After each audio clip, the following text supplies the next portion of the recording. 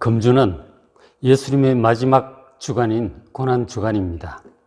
예수님의 행적을 요일을 따라 살펴보면서 기도하는 한 주간 되시길 바랍니다. 어제 주일은 예수님께서 십자가를 지시기 위해서 마지막으로 예루살렘에 입성하신 종려 주일이었습니다. 그리고 마가복음 11장 12절부터 이튿날, 이튿날은 바로 그 다음날 월요일이죠. 주님께서는 월요일 아침에 시장하시던 참에 무화과 나무를 멀리서 보시고 그 무화과 나무에서 좀 뭔가 먹을 것이 있을까 해서 가까이 가셨어요. 그래서 가까이 가서 보셨는데 뒤져보니까 잎만 무성하고 열매가 하나도 없는 것입니다.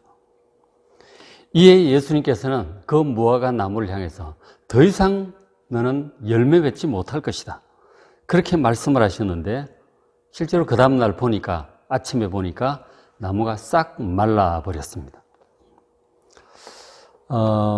거기 이제 그 12절 끝에 보시면 잎사귀 외에 아무것도 없었단 말이에요. 이는 무화과의 때가 아님이라, 그렇게 말을 하고 있죠. 무슨 뜻이냐면 당시 이스라엘에는 이 3월경에 무화과 나무에 잎이 나기 전에 작은 녹색 홍만한 조그만 무화과 열매가 맺힙니다. 그것을 겨울 열매라고 해요. 그래서 이제 겨울 열매가 먼저 맺히고, 그리고 4월쯤 되면은 잎들이 무성해지기 시작을 합니다. 그럼 5월부터 그 조그마한 무화과가 본격적으로 자라서 6월 되면은 제대로 무화과가 열매가 맺히게 되는 것이죠. 지금 이제 그 6월절, 이때는 4월 초순 중순경이기 때문에 그 무성한 잎 밑에 보면은 그 3월에 먼저 생겼던 조그만 혹과 같은 겨울 열매들이 있기 마련이에요. 예수님께서는 그것이라도 좀 따먹으려고 가셨던 것이죠. 당시 가난하고 배고픈 사람들에게는 그것도 아쉬울 때는 먹을만 했던 거예요. 근데 만일 그때 4월에 그 조그만 혹과 같은 열매가 없다면 5월, 6월에 제대로 된 무화과는 아예 기대할 수 없는 나무인 것이죠. 그래서 그 나무는 4월이 되었고 잎이 무성했음에도 불구하고 3월에 열렸어야 될 그 조그만 혹과 같은 겨울 열매가 없었기 때문에 더 이상 열매 맺을 수 없는 나무인 것이었던 것이죠. 결국 주님께서 그 나무를 향해서 이제부터 영원토록 사람이 내게서 열매를 따먹지 못할 것이다 말씀하셨습니다.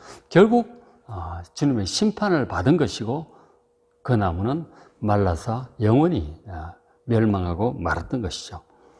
이것은 이제 곧 예수님께서 예루살렘 성전에 들어가서 만나게 될 당시 이스라엘 백성들을 지도한 영적인 지도자들, 대제사장, 서기관, 바리새인들, 그들이 바로 이와 같이 잎만 무성하고 열매 맺지 못하는 사람들임을 지금 비유적으로 이 사건을 통해서 보여주고 있는 것입니다.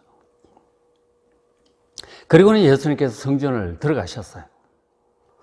자, 성전에 들어가셔서 보니까 성전이 온통 장사하는 사람들로 시장판이 되어버렸습니다.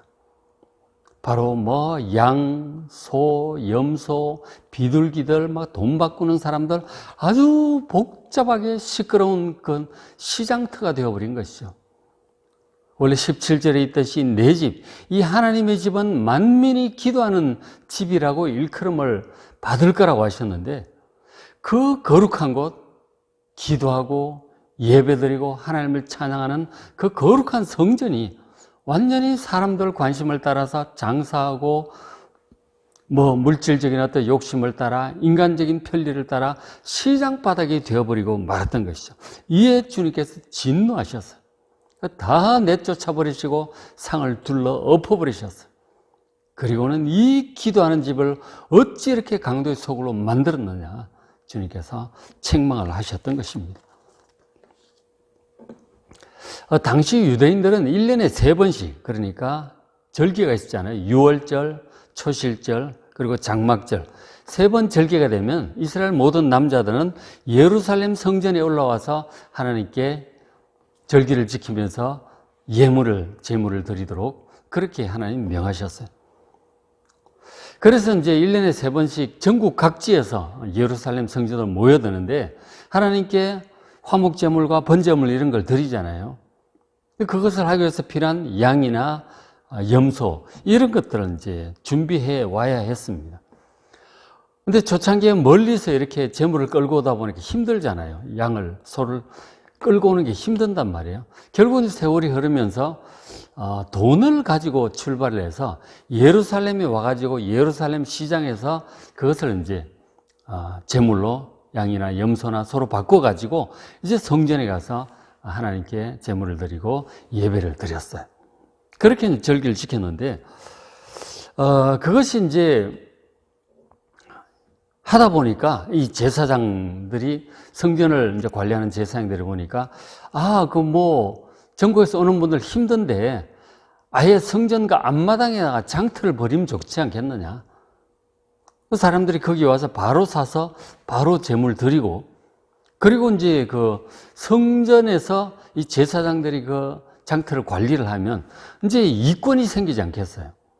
그래서 결국은 이 제물을 바꾸는 그 시장이 성전 안으로 그렇게 들어오게 된 것입니다.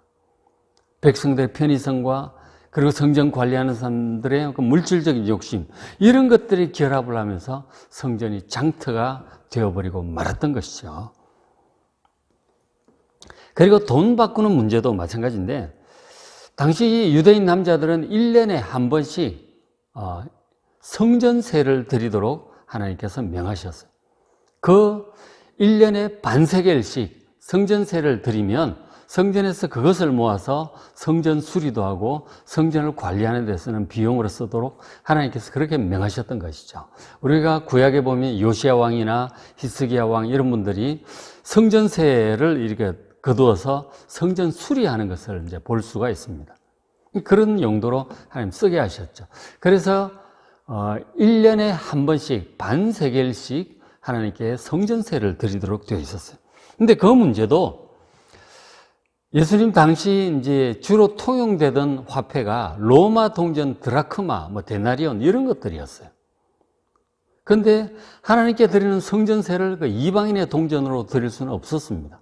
그래서 그 돈을 가지고 이제 거룩한 이 성전에 드릴 만한 히브리 돈인 세겔로 바꾸는 거죠. 반세겔 동전으로 바꾸어서 성전세를 드렸던 것입니다. 그러니까 드라크마나 데나리온을 이 반세겔 동전으로 바꿔야 되잖아요. 그래서 이제 동전 바꾸는 자들 필요했는데 이것도 이제 예루살렘 시장에 있던 게 성전 안으로 또 들어온 거예요. 그리고 비둘기 파는 자들도 있었는데 비둘기 파는 자들은 하나님께 이제 성도들이 번제와 화목제를 드릴 소나 양, 염소를 가지고 오는데 하나님께서 가난한 자들에게 자비를 베푸셨어요. 가난한 자들은 그것도 준비하기가 어려우니 비둘기 새끼 2마리 혹은 산비둘기 2마리로 하나님께 번제와 화목제를 드릴 수 있도록 허락하셨어요.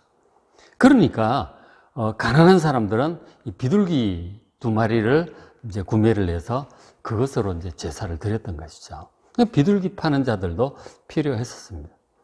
이런저런 이유로 바로 성전 그 앞마당에 양과 염소가 막 울고 음메 그러고 동전 바꾸는 짤랑거리는 소리들, 비둘기 푸드득거리는 소리, 이런 것들로 여기가 싸다 저기가 싸다 소리 지르는 소리들 왁자질 거랍니다. 하나님께 기도해야 될 이 거룩한 성전이 완전히 시장바닥이 되어버린 것이죠. 성도들의 편의성과 이 성전 관리하는 이 제사장이나 이런 사람들의 물질적인 욕심으로 인해서 이 기도하는 거룩한 집이 이런 시장터가 되어버리고 말았던 것이죠. 이에 하나님 예수님께서 진노하셨고 그들을 내쫓아 버리셨던 것입니다. 그래서 우리가 월요일 날 예수님께서 하셨던 이 말씀들을 보면서 혹시 우리도 예배의 편의를 위해서나 혹은 교회 활동의 편의를 위해서 좀 지나치게 하다 보면 마음을 좀 쉽게 가지고 하다 보면 이 거룩한 교회를 너무 인간적인 그런 장소로 변질시켜서 주님 책망받을 행동들을 우리가 하고 있을 수도 있습니다. 이 고난주간 월요일 이 말씀을 보면서 우리의 신앙생활을 좀 살펴볼 필요가 있을 것 같습니다. 그리고 또 우리 성도들의 마음이 성령을 모신 성전이라고 했잖아요. 우리 속에 성령께서 계시는 성전인데 우리 마음속의 성전이 또 저렇게 세상적인 욕심과 물질적인 것들 이런저런 편의성, 육신적인 것, 세상적인 것들로 우리의 마음이 저렇게 더럽혀져 있지는 않은지 모르겠습니다. 우리가 우리 마음의 성전을 좀 돌아보고 정결하게 할 수 있는 회개기도 시간을 우리가 좀 가져야 될 필요가 있습니다. 그리고 우리의 교회에서 하는 우리의 신앙생활이 또 저렇게 우리의 편의를 따라서 저렇게 세상적으로 너무 변질되어 있지는 않은가. 거룩성을 온전히 회복하는 우리 교회들이 될 수 있도록 또 기도하십시다. 그리고 또 우리의 신앙생활이 당시 제사장들처럼 열매 맺지 못해서 우리 주님의 책망을 받지 않도록 우리가 하나님께 기도해야 되겠습니다. 주님께서 나중에 또 그런 말씀도 하시는데 열매 맺지 못하는 나무를 하나님께서 뽑아버리라 그러시는 거죠. 땅만 왜 버리느냐. 예수님께서 한 해만 더 기회를 달라고 간구하는 그런 장면을 보게 되죠. 우리가 마지막 기회가 아닌지 우리 자신을 살펴보면서 열매 맺는 우리가 될 수 있도록 기도합시다. 열매 맺는 것에 관해서는 또 요한복음 15장에 주님 말씀하셨죠. 나는 포도나무고 너희는 가지니 너희가 내 안에 붙어 있어야만 열매를 맺을 수 있다. 내 안에 붙어 있으면 절로 열매를 맺게 될 것이다. 주님 말씀하셨어요. 우리가 어떻게 해야 주님께서 찾으실 만한 그런 선한 열매를 남길 수 있는 우리의 삶을 살 수 있는지 또 선한 열매를 남길 수 있는 우리가 될 수 있도록 기도하는 이 월요일 되시길 바랍니다.